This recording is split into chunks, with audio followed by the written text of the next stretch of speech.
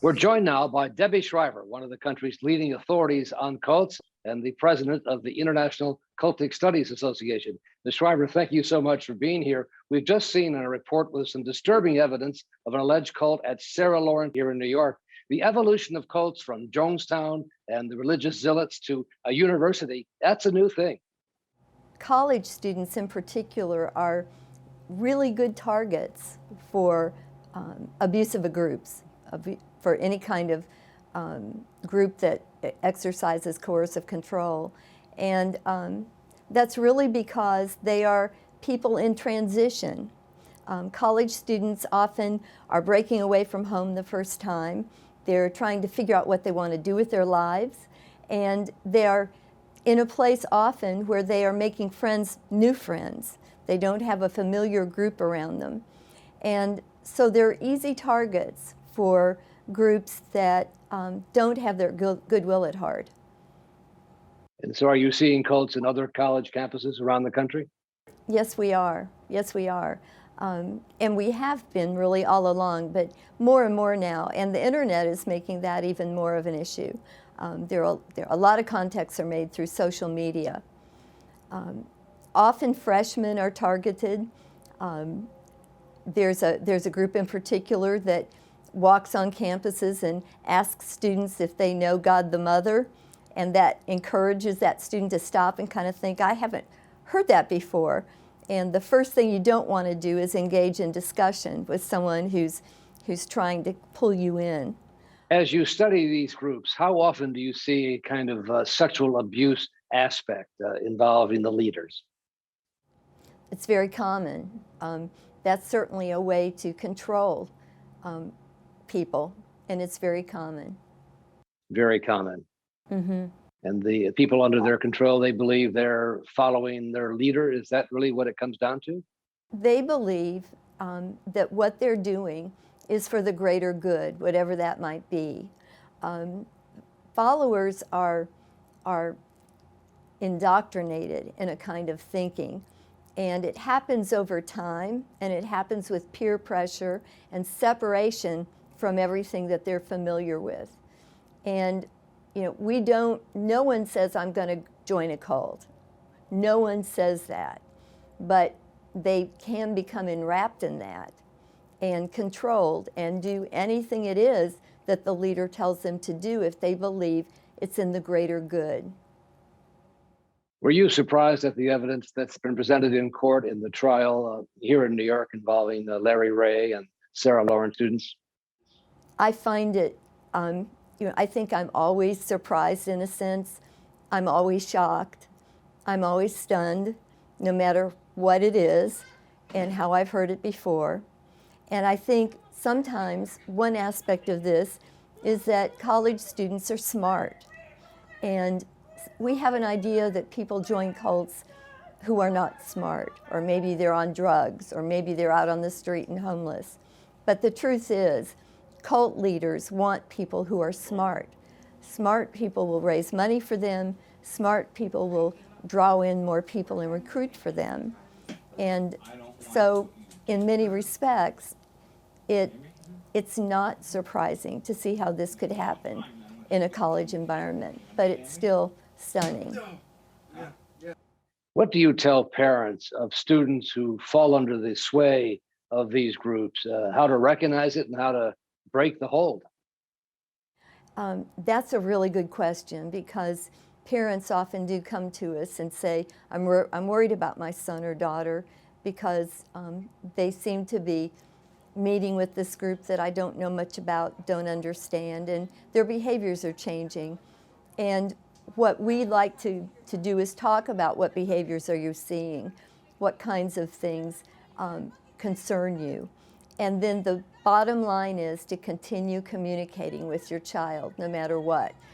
Arguing about what they're told and their belief system is not a way to keep that communication tie open. So the important thing is to maintain communication, to be there no matter what. Sometimes ask questions about what do they believe and say, that's interesting. I haven't heard that before.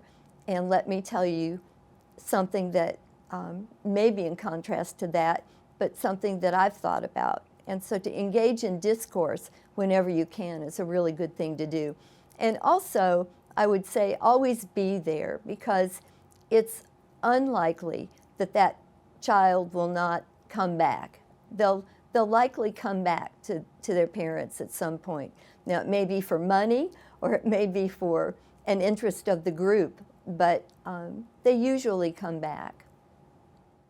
All right, Debby Schriver of the International Cultic Studies Association, thank you so much for being with us here tonight. Thanks for having me. I appreciate it. Up next, this week's winners and losers in the media, including the Fox News correspondent who was doing everything just right. You're watching Brian Ross Investigates on the Law and Crime Trial Network.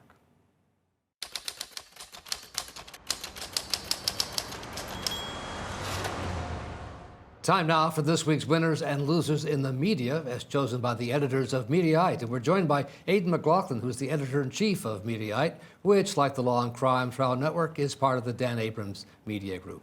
And Aidan, you've chosen as your winner this week Jennifer Griffin, the Fox News correspondent, for her role in helping her injured colleague, Benjamin Hall, be evacuated from Ukraine. There was news gathering on the outskirts of Kiev was hit tragically by Russian fire, killing two of our colleagues, Pierre Zakshevsky and Sasha Kushanova. Correspondent Benjamin Hall did survive the attack and is currently receiving treatment at the Landstuhl Medical Center in Germany. But his journey there would have never happened if not for the Polish and Ukrainian military, Defense Secretary Lloyd Austin in the Department of Defense, and the group Save Our Allies. And also, Aidan, because of the work of Jennifer Griffin. That's right. So Jennifer Griffin is Fox News' senior Pentagon correspondent. And in a new interview with People magazine, she detailed how she helped Benjamin Hall get out of Ukraine into safety. Now, we both know that Benjamin Hall got struck by artillery, by Russian artillery, last month while news gathering outside of Kyiv in Ukraine. There was this desperate scramble to try and get him out of Ukraine, to get him medical attention, because he was seriously wounded in that fire. And what happened was Jennifer Griffin found out that he had been wounded, she was at one of the stand-ups outside of the White House, turned to John Kirby, who is the Pentagon spokesperson, and asked if he could help them get Benjamin Hall out of Ukraine. Now, John Kirby said to her that the United States really couldn't do anything militarily because they're not allowed to put troops into Ukraine right now. What he did say, and this was proposed by Jennifer Griffin, the Pentagon correspondent, is if she could somehow get Benjamin Hall to the Polish border, get him across into Poland, they could evacuate him from Poland to Landstuhl, which is a large military hospital in Germany. And so Jennifer Griffin worked with the Pentagon, with a company that's been rescuing Americans and allies out of Ukraine, and with the Ukrainian military to pull off this incredible evacuation of Benjamin Hall from Ukraine. He was then transported to Germany and eventually to the United States, where he's being treated. And Jennifer Griffin has been one of the Fox News correspondents who really has told the truth in what's going on.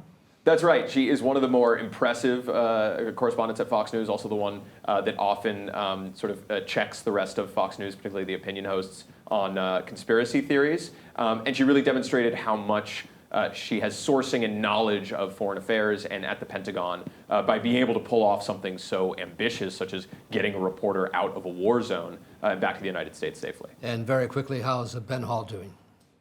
We don't know much. Fox News has not given much of an update on what his condition is. Last time we heard, Ukrainian officials said that he had wounded his leg. That's about all we know so far on the record. All right. And for this week's losers, you've chosen conservative columnist and op-ed pundit Mollie Hemingway. Why?